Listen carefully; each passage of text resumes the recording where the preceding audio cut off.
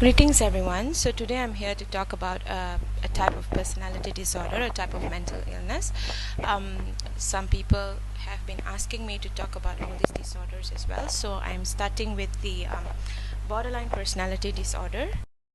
So borderline personality disorder, or BPD, it is actually a pervasive pattern of instability. Pervasive as in like you don't want it but you can't control it, right? So it's instability in interpersonal relationships, self-image and emotion. So it is also marked impulsivity beginning by early adulthood and present in a variety of contexts. So you can actually identify these symptoms at early adulthood most of the times.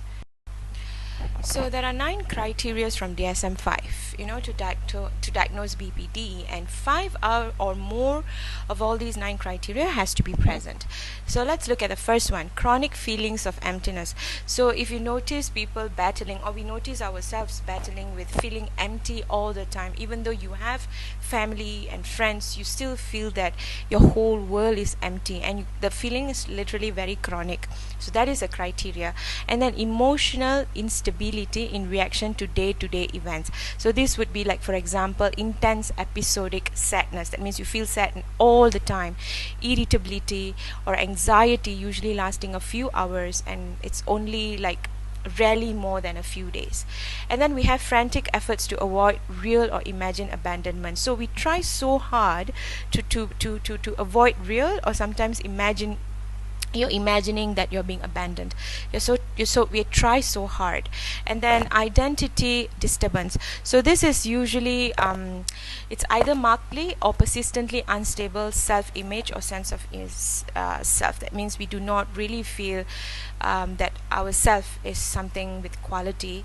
And impulsive behavior in at least 2 areas that are potentially self-damaging. So it can be like spending excessively, promiscuous sex, substance abuse, reckless driving, eating anything at all that harms you. Then let's look at the next one: inappropriate, intense anger or difficulty in controlling anger. So this one is when we frequently display signs of temper or constant anger and recurrent physical fights. So sometimes we can notice this in young adults. They just have physical fights either at workplaces or in common places. Pattern of unstable and intense interpersonal relationships. So this is usually characterized by extremes between idolization and devaluation. So we can also call this as splitting. That means you idol somebody so much it's extreme, or there's no value for that person at all. That's like you do not actually value that person. This is in any kinds of relationship. And then the next one is recurrent suicidal behavior. So the gestures, the threats, or self-harming behavior.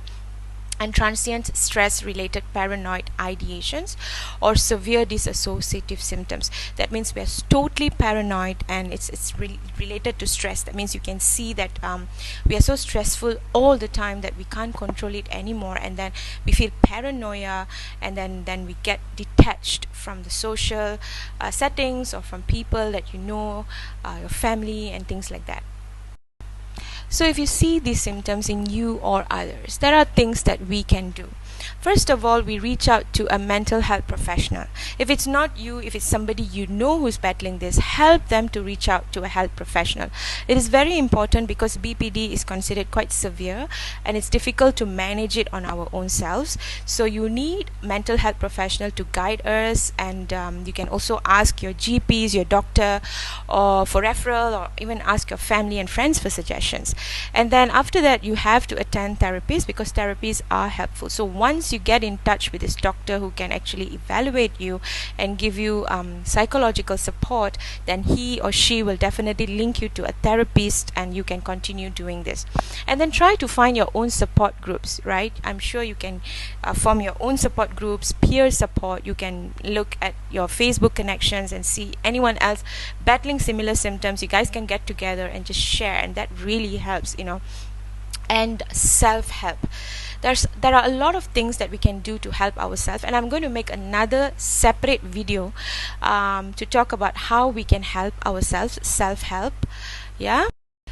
So everything is manageable if we don't give up. So always remember that life is never gonna be easy. We will always have triggers and we will always have disturbances and stresses. But let's fight it. Let's stand tall. I'm here for you guys, but be there for yourselves as well.